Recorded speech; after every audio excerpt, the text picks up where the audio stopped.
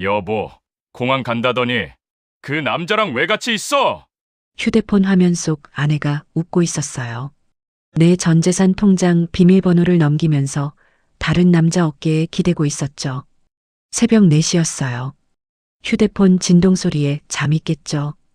부엌 쪽에서 작은 웃음소리가 들렸거든요. 자기야, 공항 가면 바로 연락할게. 순간 숨이 멎을 듯 했어요. 아내 목소리였거든요. 30년을 같이 산 여자. 내 밥 챙기고, 내 양말 개주고, 손주 사진 보내던 그 사람이었어요. 근데 그 목소리가 내가 아는 목소리가 아니더라고요. 젊은 여자처럼 들떴고 숨 넘어가듯 웃고 있었어요.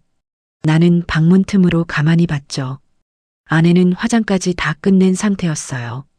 붉은 립스틱, 목걸이, 새로 산 캐리어, 그리고 휴대폰 화면 속 남자. 영상 통화였어요. 이번엔 진짜 아무 방해 없이 둘이 가는 거네. 남자가 웃으며 말했죠. 아내도 따라 웃었어요. 그 웃음, 30년 동안 나한텐 한 번도 안 보여준 웃음이더라고요. 나는 문 뒤에서 손을 꽉 쥐었어요. 핏대선 얼굴로 숨만 참고 있었죠. 그런데 아내가 마지막으로 한 말, 그 말에 머릿속이 하얘졌어요. 그 인간은 눈치도 없어요. 평생 돈만 벌다 늙은 바보지 뭐. 그 인간, 그게 나였어요.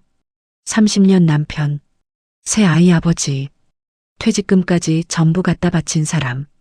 근데 나는 그 여자 입에서 그냥 늙은 바보였더라고요. 잠시 뒤 현관문 닫히는 소리가 들렸어요. 철컥. 그리고 집안이 조용해졌죠. 나는 한참을 그대로 서 있었어요. 벽시계 초침 소리만 들리더라고요. 그날따라 유난히 크게. 탁, 탁, 탁. 나는 천천히 거실로 걸어 나왔어요. 식탁 위엔 메모 하나가 놓여 있었죠. 동창들이랑 제주도 여행 다녀올게요. 끝에 하트까지 붙어 있었어요. 손끝이 떨렸어요. 근데 이상하게 눈물은 안 나더라고요. 오히려 너무 차가워졌어요. 냉장고 문 열고 물 한 잔 마셨죠. 컵 내려놓는데 손등 핏줄이 다 튀어나와 있었어요. 그때였어요. 아내 휴대폰 충전기가 식탁 밑에 떨어져 있는 걸 봤죠. 급하게 나가느라 놓고 간 거였어요. 나는 한참 그걸 바라봤어요. 그리고 천천히 주워들었죠. 그런데 휴대폰 하나가 더 있더라고요. 보조폰이었어요. 전원이 켜져 있었죠. 잠금도 안 돼 있었어요. 손끝이 이상하게 차가웠어요. 정말 보면 안 되는 걸 알면서도 나는 화면을 눌렀어요. 그리고 그 자리에서 그대로 굳어버렸죠. 사진이 수십 장, 아니, 수백 장이었어요. 호텔 침대, 와인잔, 남자 어깨에 기대 웃는 아내, 해변에서 손잡고 걷는 사진, 심지어 둘이 같은 잠옷 입고 찍은 셀카까지 있었어요. 날짜를 보는 순간 숨이 턱 막혔죠. 작년 내 생일날, 내가 혼자 미역국 데워 먹던 날이더라고요. 그날 아내는 병원 간다 했었어요. 근데 부산 호텔에서 그 남자랑 있었던 거였죠. 손이 덜덜 떨렸어요. 하지만 더 충격적인 건 따로 있었어요. 계좌 캡처 사진, 부동산 계약서, 내 이름으로 된 상가, 그리고 아내 메시지. 이번 여행 끝나면 정리해요. 그 사람 재산 절반은 내가 가져올 수 있어. 순간 귀에서 삐소리가 났어요. 숨이 멎을 듯한 순간이 딱 그런 거였어요. 나는 그대로 의자에 털썩 주저앉았죠. 30년 결혼 생활. 전부 연기였나 싶더라고요. 근데 그때 휴대폰 알림이 하나 떴어요. 며느리. 어머니 아버님한텐 아직 말 안 하셨죠? 이번에 집 명의만 바꾸면 끝나요. 며느리? 나는 눈을 몇 번이고 깜빡였어요. 잘못 본 줄 알았거든요. 근데 아니었어요. 대화창엔 이미 수십 개 메시지가 오가고 있었죠. 아버님 요즘 정신도 깜빡하시잖아요. 치매 진단만 받으면 훨씬 쉬워요. 큰아들도 동의했어요. 심장이 쿵 내려앉았어요. 큰아들까지 다 알고 있었던 거였어요. 나는 그대로 천장을 올려다봤죠. 거실 등이 흐릿하게 흔들리더라고요.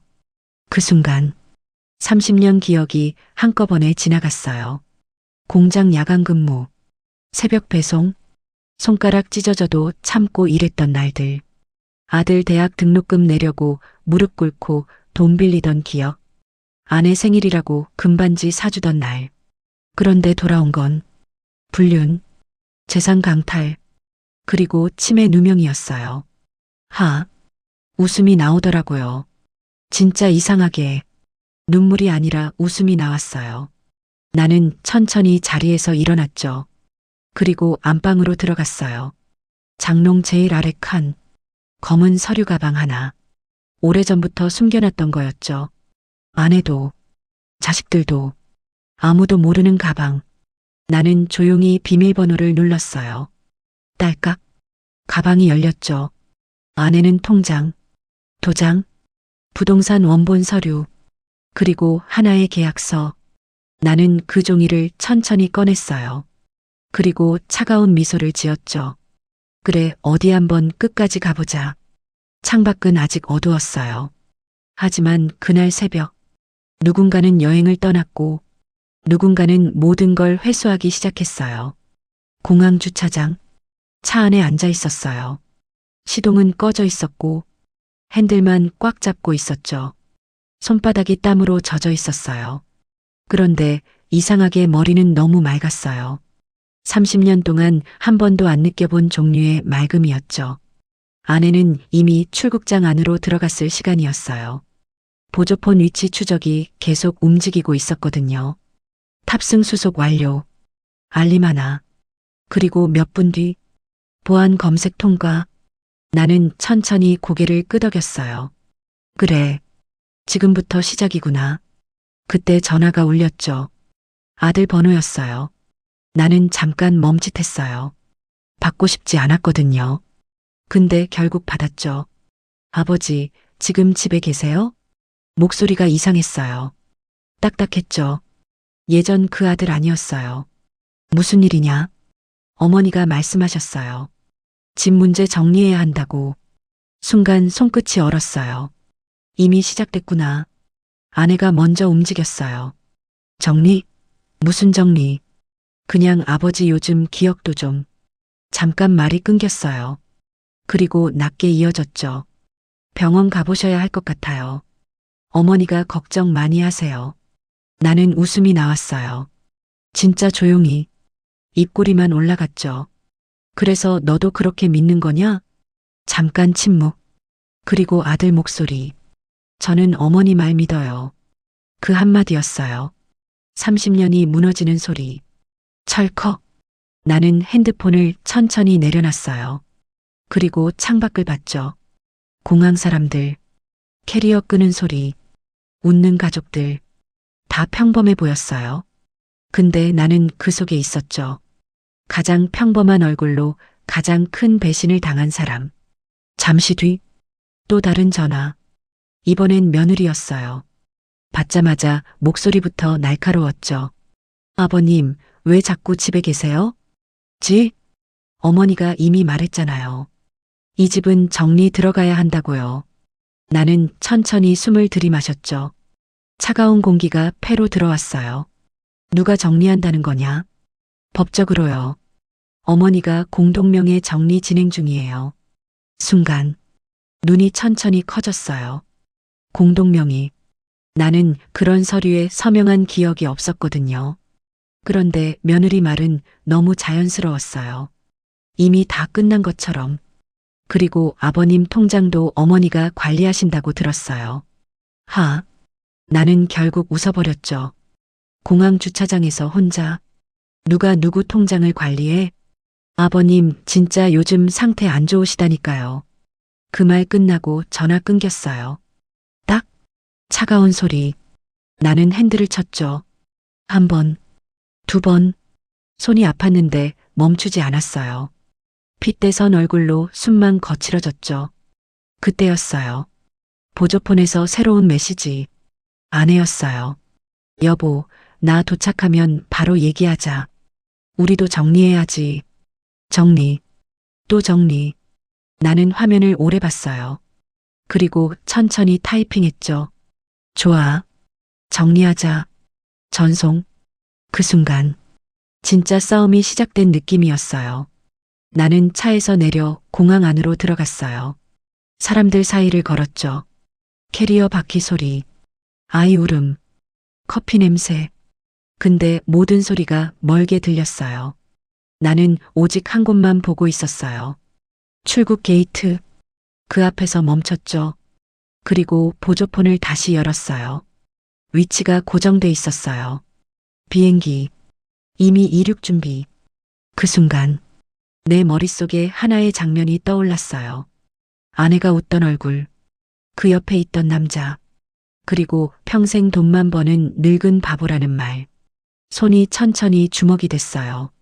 하지만 이상하게 화는 더 이상 뜨겁지 않았어요. 차갑게 식어 있었죠.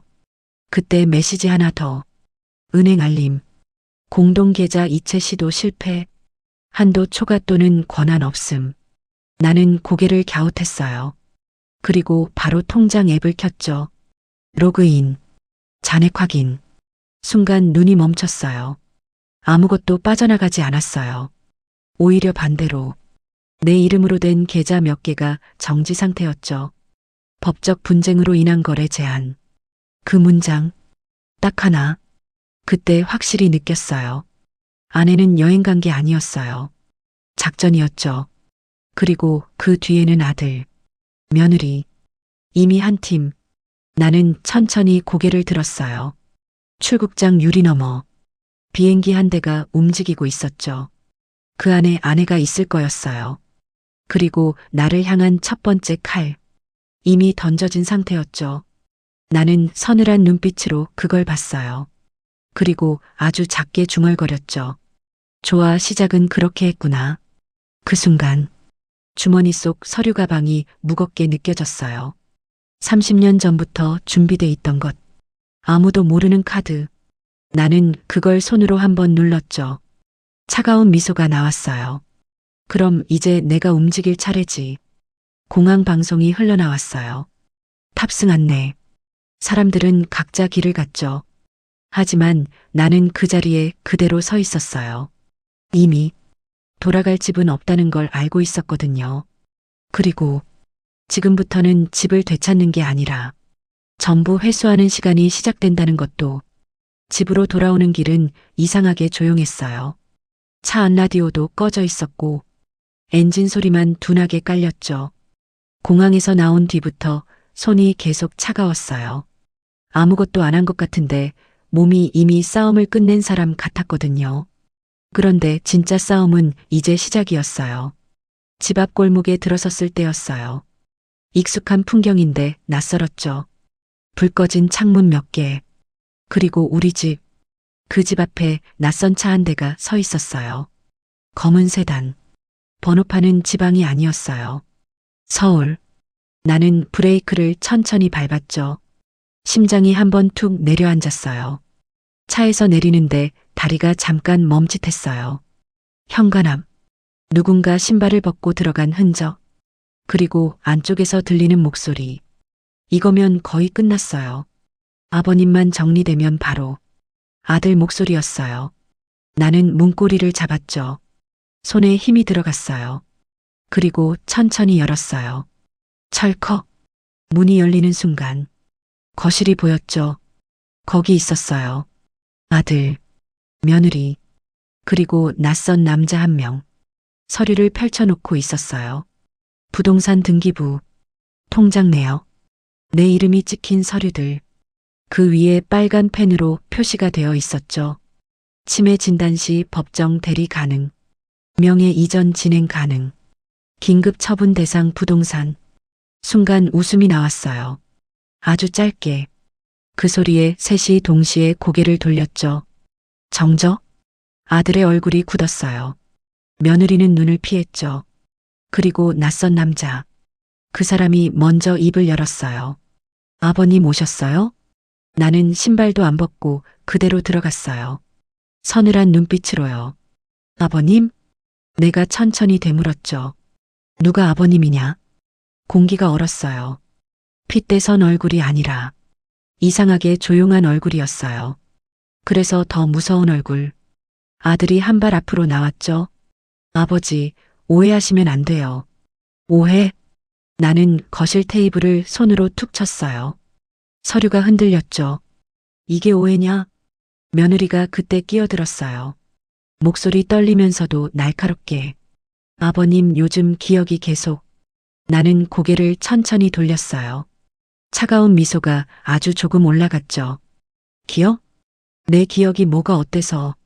그 순간 낯선 남자가 서류 하나를 밀었어요. 아버님, 이건 병원 소견서 기반으로.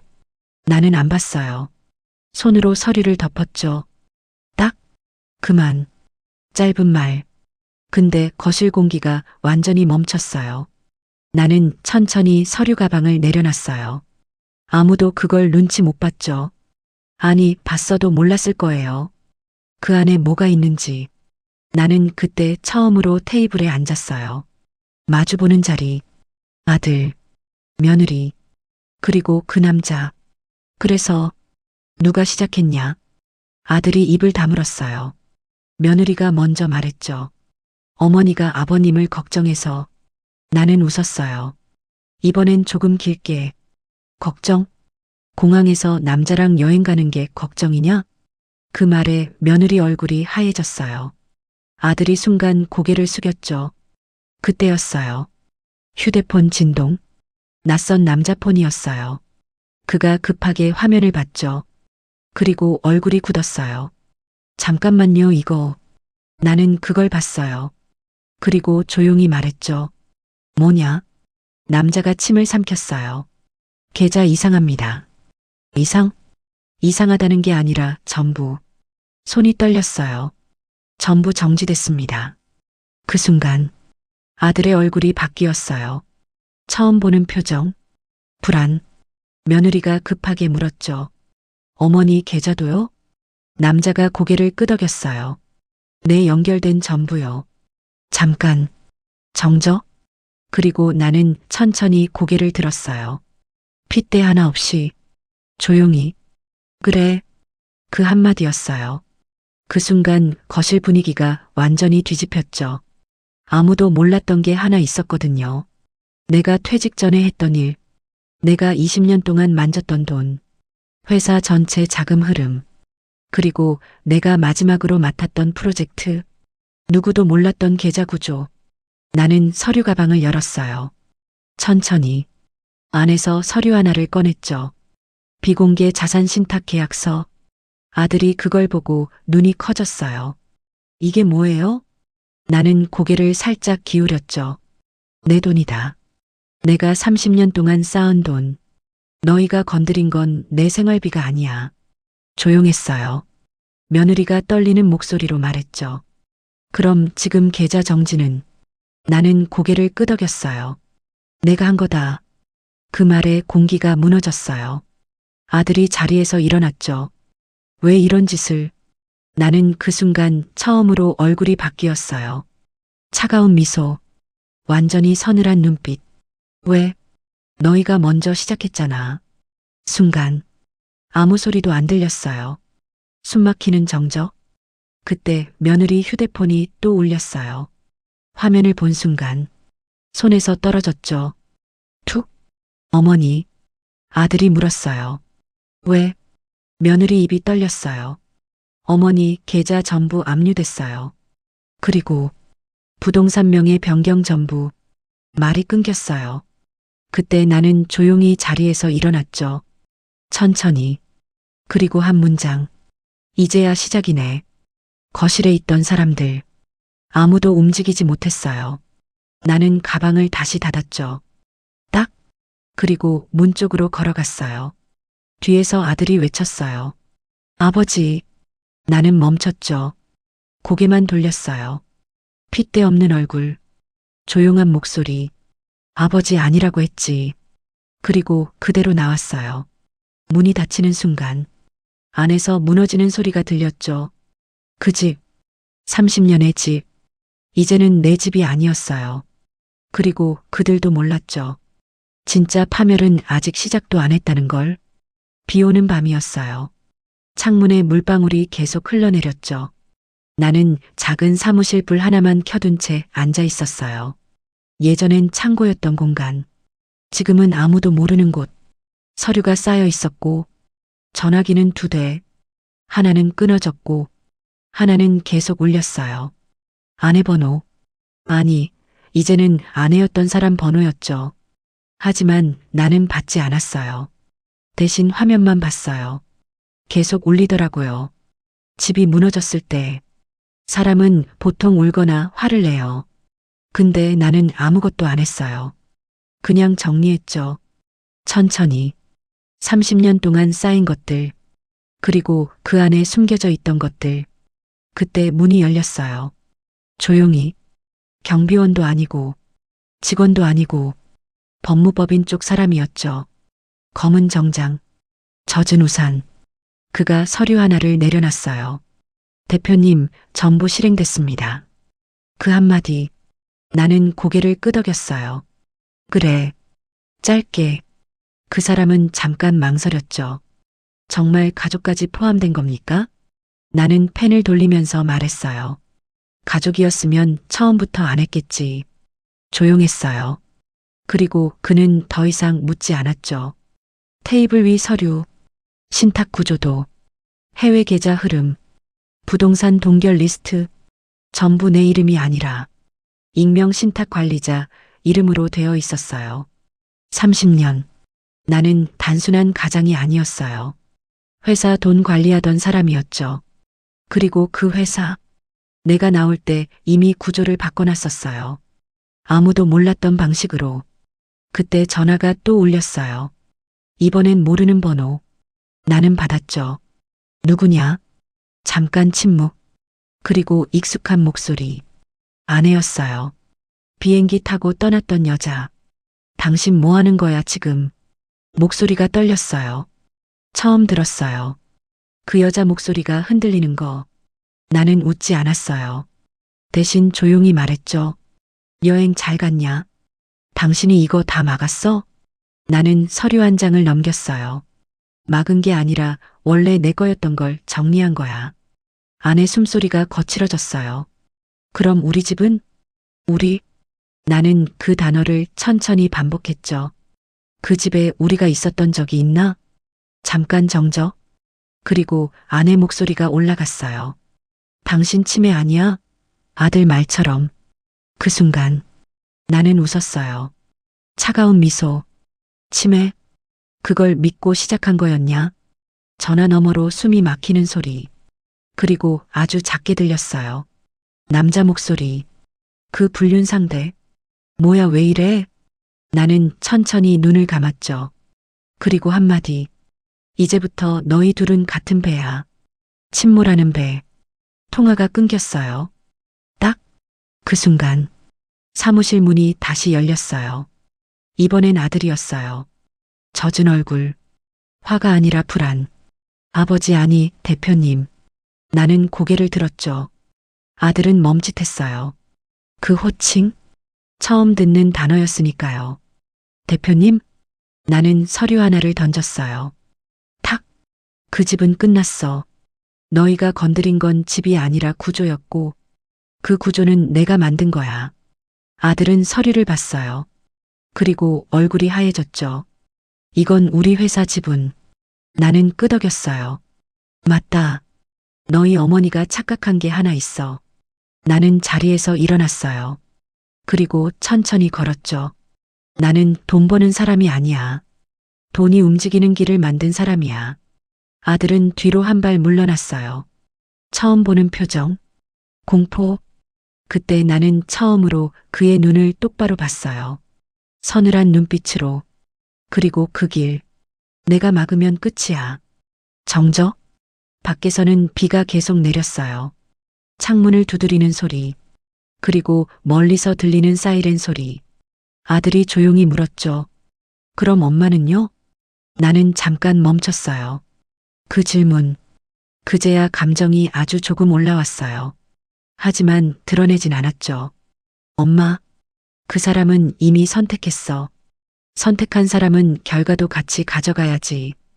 아들은 아무 말도 못했어요. 나는 가방을 들었죠. 그리고 문 앞에서 멈췄어요. 뒤돌아보지 않고 말했어요. 너도 이제 선택해. 가족으로 남을 건지, 아니면 같이 내려갈 건지. 문이 닫혔어요. 그 순간, 빗소리만 남았죠.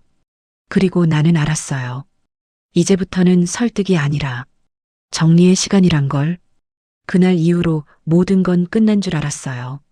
근데 진짜 이야기는 끝난 다음부터 시작이더라고요.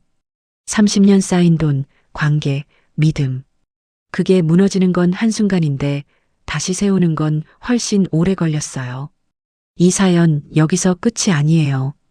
다음 이야기에서는 그 이후 가족이 어떻게 무너지고 누가 끝까지 남았는지가 드러납니다. 다음 편도 이어서 보실 분들은 이어서 확인해 주세요.